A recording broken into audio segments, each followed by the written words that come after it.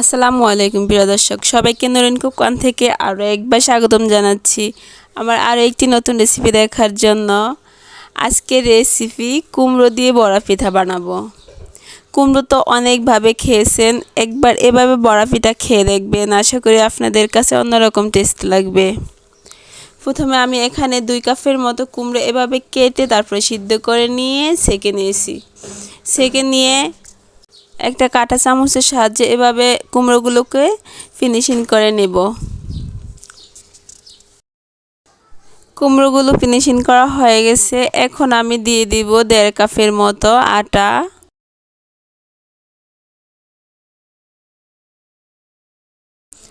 আর দিয়ে দিব 1.5 কাপের মতো চালের গুঁড়ো, আর দিব গুঁড়ো দুধের 1 প্যাকেট দুধ।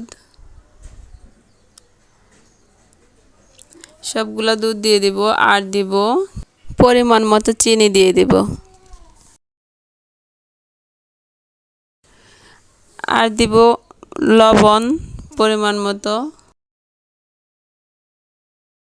দিয়ে এগুলাকে সবগুলাকে আমি ভালোভাবে মিক্স করে নেব। আপনারা বাসায় এই পুষ্টিকর মিষ্টি কুমড়া দিয়ে একবার এই বড়া পিঠাটা বানিয়ে খাবেন, শুধু একবার খাবেন, সত্যি করে বলছি অনেক টেস্ট। আমি মিক্স করে এখন একটু পানি দিব, অল্প অল্প করে পানি দিব যাতে ডোটা ঠিক মতো হয়, পাতলা না হয়। আর একটু পানি দিব এখন। এটুক পানি দিয়ে আমি আর কোনো পানি দিব না। দেখেন এই ডোটাকে একেবারে পাতলাও না ঘনও না, এরকম মিডিয়ামভাবে পিঠার ডোটা বানিয়ে নিব। আর এখানে আমি একটা কড়াই বসিয়ে দিয়ে দেব তেল। তেলটা একটু গরম হয়ে আসলে আমি পিঠাগুলো দিয়ে দেব। আর এখনও যারা আমার চ্যানেলটি এখনও সাবস্ক্রাইব করেনি, প্লিজ সাবস্ক্রাইব করে বেল বাটনটি অন করে দিবেন। এতে করে আমি আবার যখন কোনো নতুন ভিডিও আপলোড করব সাথে সাথে আপনার নোটিফিকেশনে সবার আগে পৌঁছে যাবে। আর যারা আমার এই ভিডিওটা আপনাদের কাছে যদি ভালো লাগে দেখে, তাহলে একটা লাইক আর একটা শেয়ার করে দিবেন। আর যদি আপনাদের কোনো মতামত থাকে তাহলে কমেন্টে জানিয়ে দিবেন। আর এভাবে বাসায় একবার কুমড়ো দিয়ে এই বড়া পিঠাটা বাসায় বানিয়ে খাবেন, আশা করি আপনাদের কাছে অন্যরকম টেস্টে লাগবে। আর পিঠাগুলার এক পাশ যখন হয়ে আসবে তখন আমি উল্টিয়ে দিব। ব্রাউন কালার হয়ে আসা পর্যন্ত পিঠাগুলাকে আমি তেলের ভিতরে নেড়ে ছেড়ে দিব কিছুক্ষণ পরে পরে। দেখেন পিঠাগুলা কিন্তু ব্রাউন কালার হয়ে আসছে। এখন আমি পিঠাগুলাকে উঠিয়ে নেব।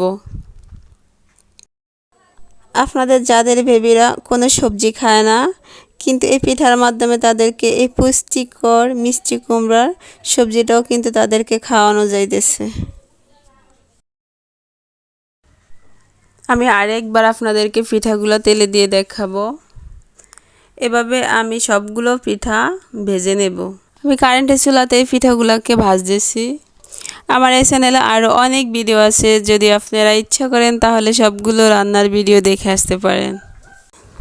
এই পিঠাগুলোকে আমি আগের মতো করে ভেজে নেব। এক পাশ হয়ে আসলে আমি উল্টিয়ে দেব। তারপরে যখন ব্রাউন কালার হয়ে আসবে তখন আমি নামিয়ে ফেলব।